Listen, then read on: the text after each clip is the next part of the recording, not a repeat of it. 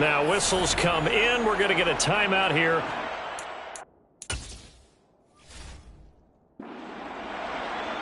Ready.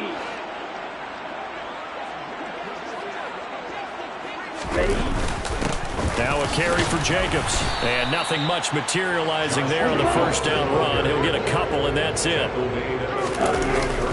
Second down, Jacobs once more. And he'll be brought down just outside of the 30. 78 yards rushing for him so far as his terrific season continues here.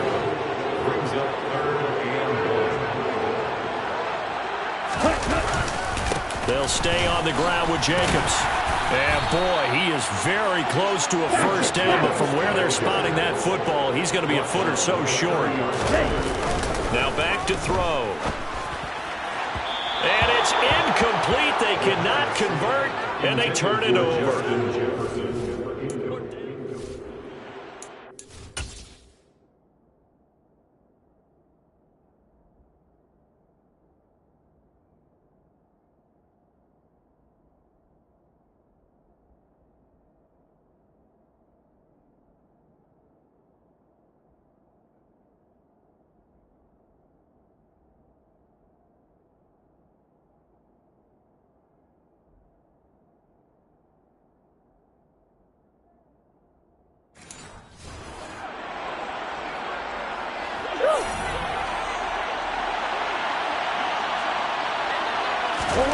Murray now on first down.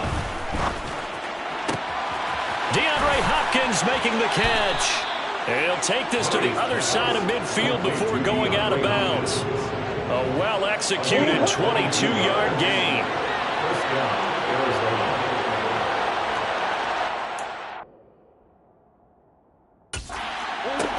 To throw, it's Murray. Flush to his right. And he wisely will throw that one away. Let's face it, this defense has had its share of struggles all game long, and they know that they can put it all behind them if they defend well here in the 2-minute drill. Excellent coverage right there to force the incompletion. He's going to float this over the middle deep, and it's knocked away and incomplete. So now 3rd and 10. They had the drive, but 2 incompletion sets. Murray, one final try. He's going to let this go. Back of the end zone. And that will be incomplete. They were going for a consolation TD, but it was not to be. And time has run out now on this game. So this one a victory for the Las Vegas Raiders. And a little bit of a surprise, they lose the turnover battle, but wind up winning the ballgame. And this is very unusual because you know all teams stress winning the turnover battle as a key indicator to winning ball games. So when you get something that goes against the grain like the one we saw here, it's quite the oddity. Now let's face it, they'll be very happy that they pulled this off, but they do know that in the future they've got work on taking care of the football because this won't happen very often.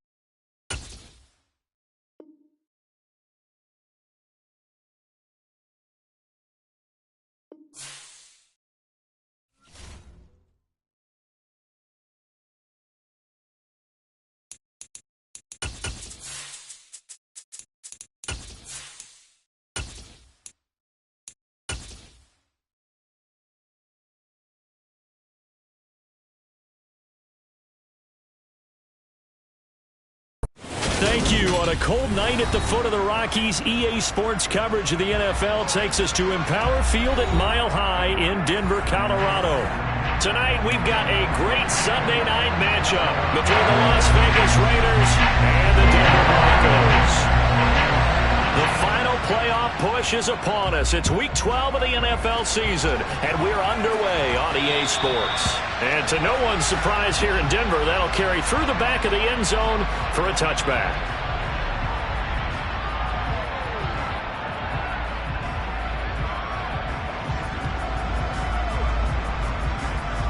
Here we go.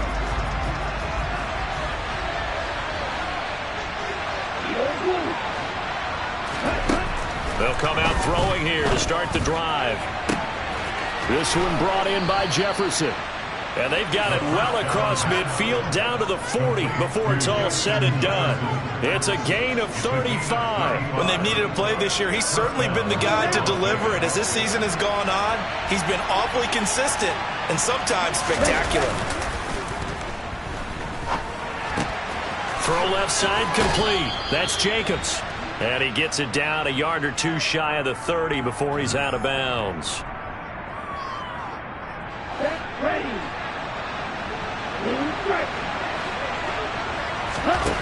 He'll look to throw. He'll swing that out wide to Jacobs. And this winds up a gain of 4 to the 41. Well, these two teams have met up in Denver earlier this season with the Broncos winning that one.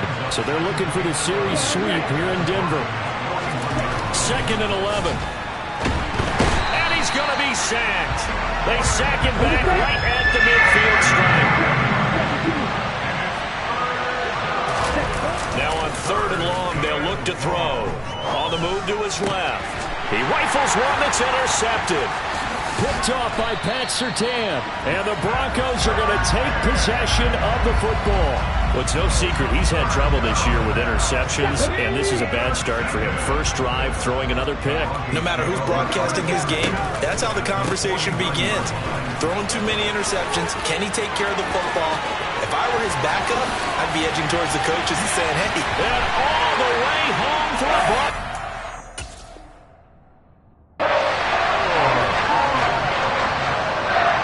Yeah, Charles, this offense is just so explosive. They lead the league in scoring, and another example of just how good they are right there on that play. Yeah, we often overstate about how explosive teams are, but this team is truly a threat to score on every snap, especially on the first few plays of any series. And a big stroke like that only adds to their reputation as the league's best offense. Set now to kick this one away, and off it goes. On the return, Tony Pollard from his end zone. And that decision to bring it out ends up not being a good one. Costs him about 5 yards as he's tackled at the 20. The Raider offense set to get this drive started. They threw an interception the first time they had the football, wound up leading to a touchdown the other way. How do you approach drive number 2? Going back to your game plan coming in, everyone has matchups that they like better than others, where they think they have an advantage. Dial up some of those plays. Try and go to those spots and get your offense moving. And some room to maneuver. And now off to the races down the right side. And he'll take it into the end zone for a Raider touchdown. And with his speed, if he just finds the slightest crease, he can take it the distance like he did there. How about the leverage up front? Offensive line out-leveraging the defensive front to create that space, that crease that he was looking for. And once he hits open field, he's going to be very difficult to catch and corral. So they'll go ahead and accept the penalty. Out comes the kicking team here for the extra point. It's up and good. So these teams match touchdowns here in the first quarter, and we're tied 7-7. So all even at 7 now as they kick it away. This one fielded at the 5. The lane opens here. He's past the 30. And able to break this out all the way to the 38-yard line. Great return. They've got good starting field position as they come up here 1st and 10 at their 38. They'll start this drive out on the ground. And he's tackled a yard short of the marker. Good gain of 9 on first down. Well, you and I, partner, we got the plum assignment this week. An unbeaten team against a one-loss team. Really not much separating these two entering play here today. Not much at all. And I think for both coaches, they've looked at their team and said, guys, you got to know what you're getting into in this one. And you better be ready to go because you get to answer the big question of the day. Are we as good as we think we are? We're about to find out. Now on first down, he'll drop to throw it. And a dangerous throw there, incomplete. He threw that into coverage. It was nearly intercepted.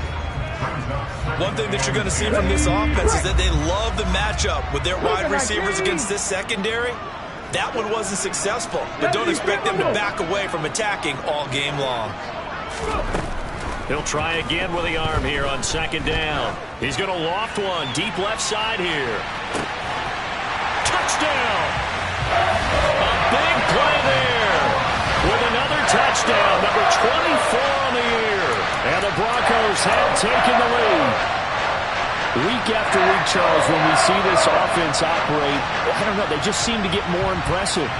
They certainly do, and let's face it, it's no surprise they're the best in the NFL in scoring. This team designs things well and executes even better. And here, it only takes a few snaps before they're in the end zone. That's how they demoralize teams. That's how they put them on notice.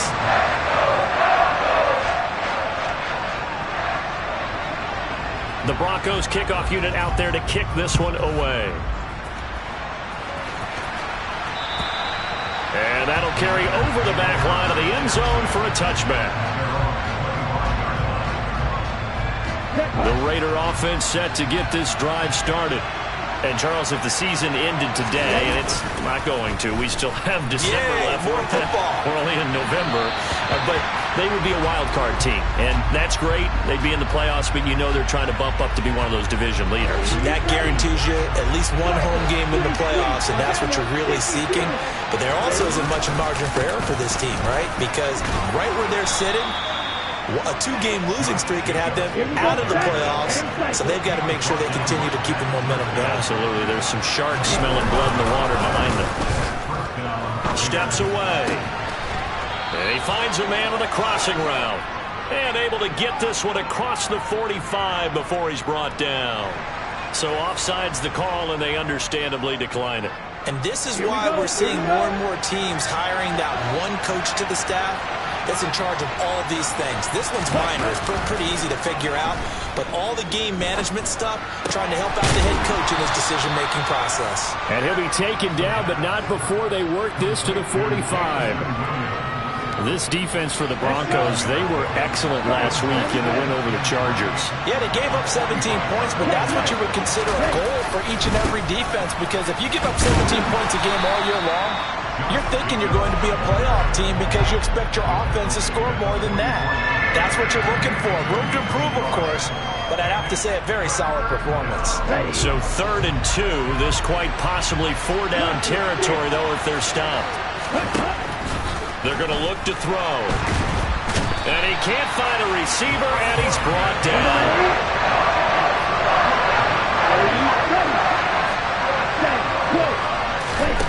He'll try and throw for it here. He's going to look deep down the field.